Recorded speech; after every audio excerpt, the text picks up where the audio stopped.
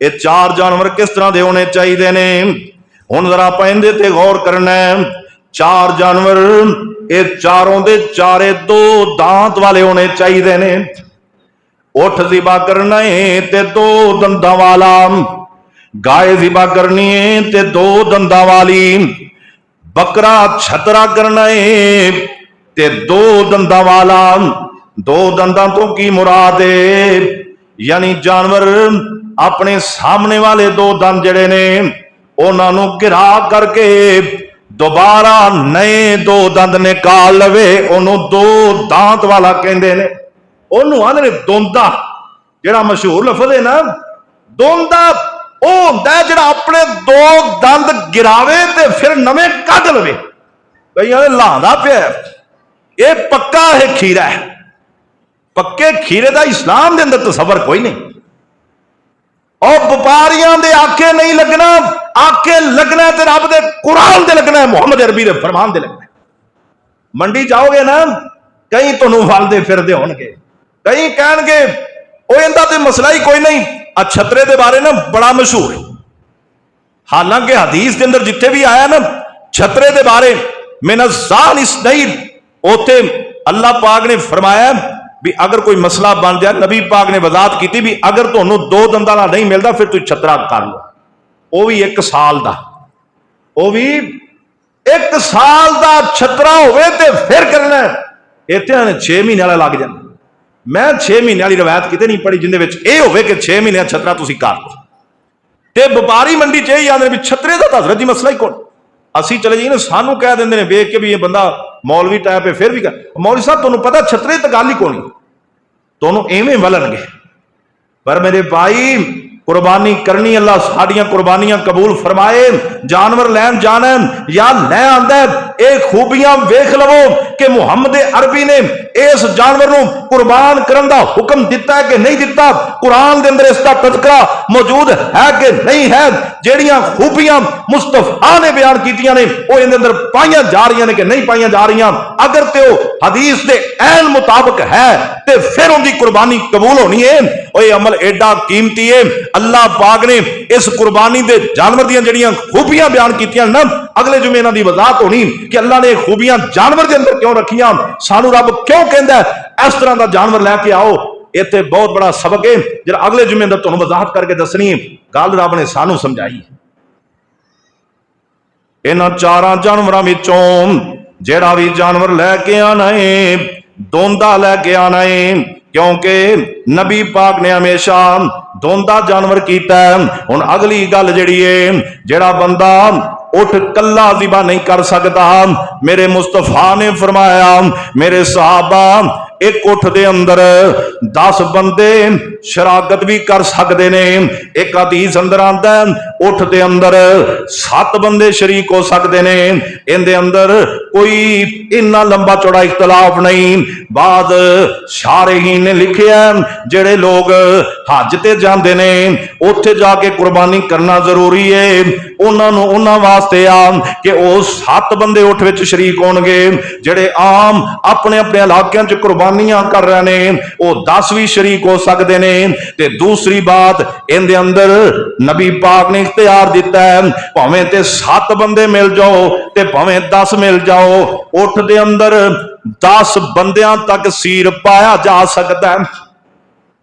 हुण इत्थे एक होर बड़ी गल समझा, कई बंदे कहते हैं भी 7 या 10 ढेरियां करनियां जरूरी, अजे उठ की गल हो बई नबी पाक ने फरमाया भी 10 शरीक हो सकते हैं कुठ के अंदर, कला भी कर सकता है। जो शरीक होना है तो जो 2 बंदे शरीक होवन, 2 बंदे मिल के चाहन कि असी इनू अपना एक उठ ज़िबा करना, आया को 10 ढेरियां करनगे या 2 ढेरियां करनगे,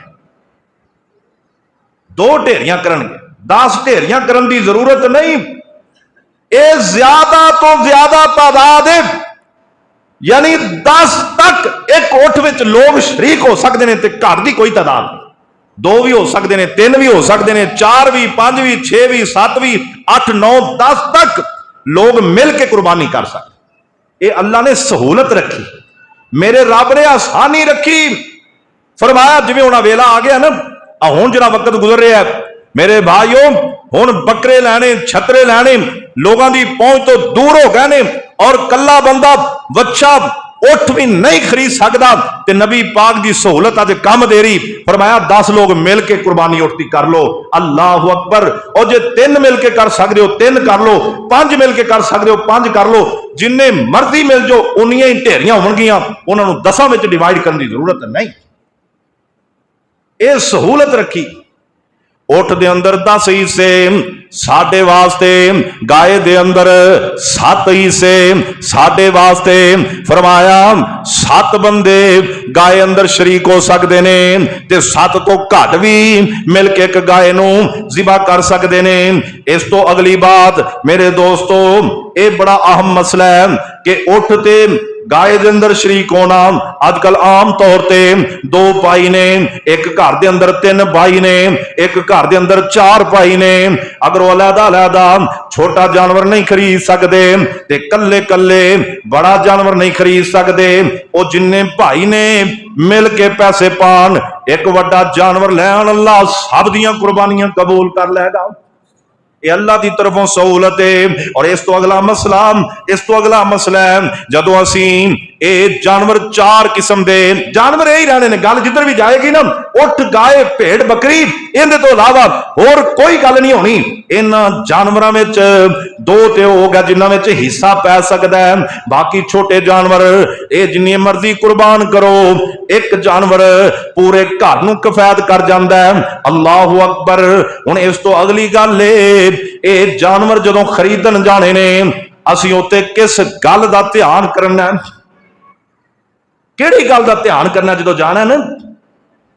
कई बंदे अक्सर जाते हैं ते जानवर 5-7 लोग गए होंदे ने, एक जानवर लैना हुंदा है ते 5-7 जने जाते हैं, बई ध्यान नाल जाके जरा चाह नाल लै आइए ते वो लिया के जदों घर आके वेंदे ना, यार इहदियां ते लत्तां नूं कोई मसला बनया पिया, उत्थे नहीं वेंदे। घर आके कई दफा वेंदे भी अखां तो नवीन है,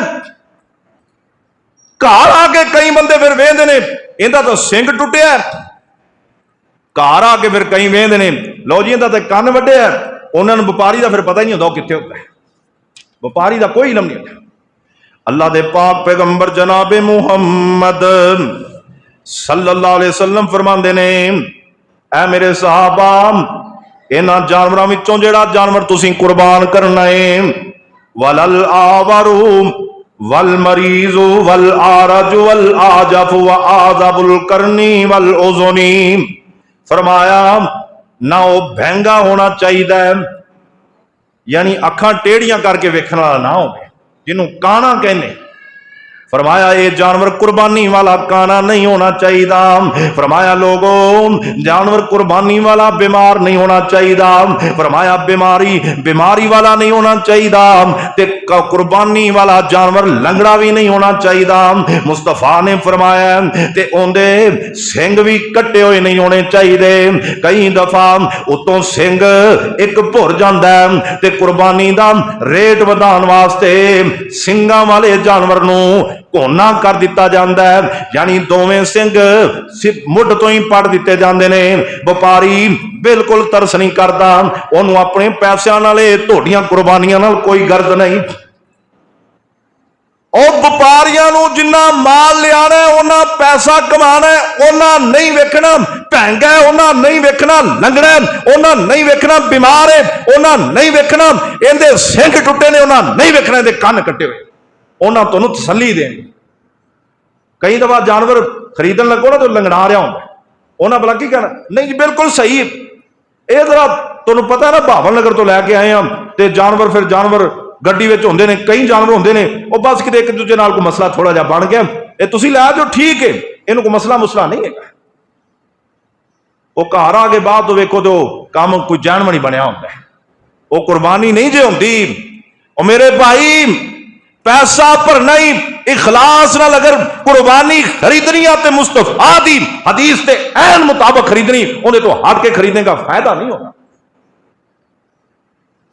ये 5-6 ऐप जो नबी पाक ने बड़े वाजे बयान किए, काना नहीं होना चाहिए ते बीमार नहीं होना चाहिए, लंगड़ा नहीं होना चाहिए ते सिंग टुटे नहीं होने चाहिए ਤੇ ਕੰਨ ਕੱਟੇ ਨਹੀਂ ਹੋਣੇ। 5 ਚੀਜ਼ਾਂ ਦਾ ਧਿਆਨ ਕਰਨਾ। ਤੇ ਜਦੋਂ ਜਾ ਕੇ ਵੇਖਣਾ ਨਾ ਜਾਨਵਰ ਘੋਣਾ ਤੇ ਉਹਦੇ ਸਿਰ 'ਚ ਹੱਥ ਲਾ ਕੇ ਵੇਖ ਲਿਆ ਕਰੋ, ਇਹਦੇ ਸਿੰਘ ਹੈ ਹੀ ਨਹੀਂ ਜਾਂ ਤੋੜੇ ਹੋਏ। ਤੇ ਕੰਨ ਜਿਹੜਾ ਬਸਾ ਔਕਾਤ ਇਹ ਹੁੰਦਾ ਉਹ ਨਜ਼ਰ ਆ ਜਾਂਦਾ। ਇਹ ਜਾਨਵਰ ਜਿਹੜੇ ਹੁੰਦੇ ਨੇ ਅੰਦਰਾਂ 'ਚ ਬੰਨੀ ਦੇ ਨੇ, ਸਰਦੀਆਂ ਵਿੱਚ ਪੱਕੇ ਮਕਾਨ ਹੁੰਦੇ ਨੇ, ਉੱਥੇ ਨਾ ਆਪਣੇ ਸਿਰ ਨੂੰ ਰਗੜਦੇ ਨੇ, ਥੋੜਾ ਜਿਹਾ ਸਿੰਘ ਉੱਤੋਂ ਭੁਰ ਜਾਂਦਾ ਹੈ। ਕੰਨ ਨੂੰ ਰਗੜਦੇ ਨੇ, ਥੋੜਾ ਜਿਹਾ ਕੰਨ ਜਿਹੜਾ ਉਹ ਝੜ ਜਾਂਦਾ ਹੈ। ਉਹ ਔਰ ਚੀਜ਼ ਹੈ, ਜਿਹੜਾ ਕੰਨ ਕੱਟਿਆ ਹੁੰਦਾ ਪੂਰਾ, ਉਹ ਪਤਾ ਚੱਲਦਾ ਵੀ ਇਹਨੂੰ ਛੁਰੀ ਨਾਲ ਕਿਸੇ ਕਾਂਟੇ ਨਾਲ ਕੱਟਿਆ ਗਿਆ, ਔਰ ਉਹ ਪੈਦਾ ਹੁੰਦਿਆਂ ਹੀ ਲੋਕ ਕੱਟਦੇ ਨੇ। ਅਜੇ ਜਾਨਵਰ ਪੈਦਾ ਹੁੰਦਾ ਨਾ ਬੱਚਾ, ਉਦੋਂ ਹੀ ਕੱਟ ਦਿੰਦੇ ਸਨ, ਤੇ ਕੱਟਦੇ ਇਸ ਵਾਸਤੇ ਵੀ ਨਜ਼ਰ ਨਾ ਲੱਗੇ। ਅੱਲਾਹ ਪਾਕ ਕਹਿੰਦਾ ਅਸੀਂ ਤੁਹਾਡੇ ਕੋਲ ਉਹ ਕੁਰਬਾਨੀ ਲੈਣੀ ਜਿਹੜਾ ਕਿਸੇ ਵੀ ਬਦਸ਼ਗੂਨੀ ਦਾ ਸ਼ਿਕਾਰ ਨਾ ਹੋਵੇ, ਕਿਸੇ ਵੀ ਲੋਕ ਉਹਦੇ ਬਾਰੇ ਦੂਸਰਿਆਂ ਦੇ ਬਾਰੇ ਨਾ ਸੋਚੇ, ਜਿਹੜਾ ਸਾਡੇ ਤਵੱਕਲ ਤੇ ਪਰਿਆ ਹੋਵੇ, ਅਸੀਂ ਉਹ ਕੁਰਬਾਨ ਕਰਵਾਣਾ। ਇਹ 5 ਜਿਹੜਾ ਧਿਆਨ ਨਾਲ ਚੀਜ਼ਾਂ ਚੈੱਕ ਕਰਨੀਆਂ ਨੇ ਤੇ ਫਿਰ ਜਾਨਵਰ ਲੈ ਕੇ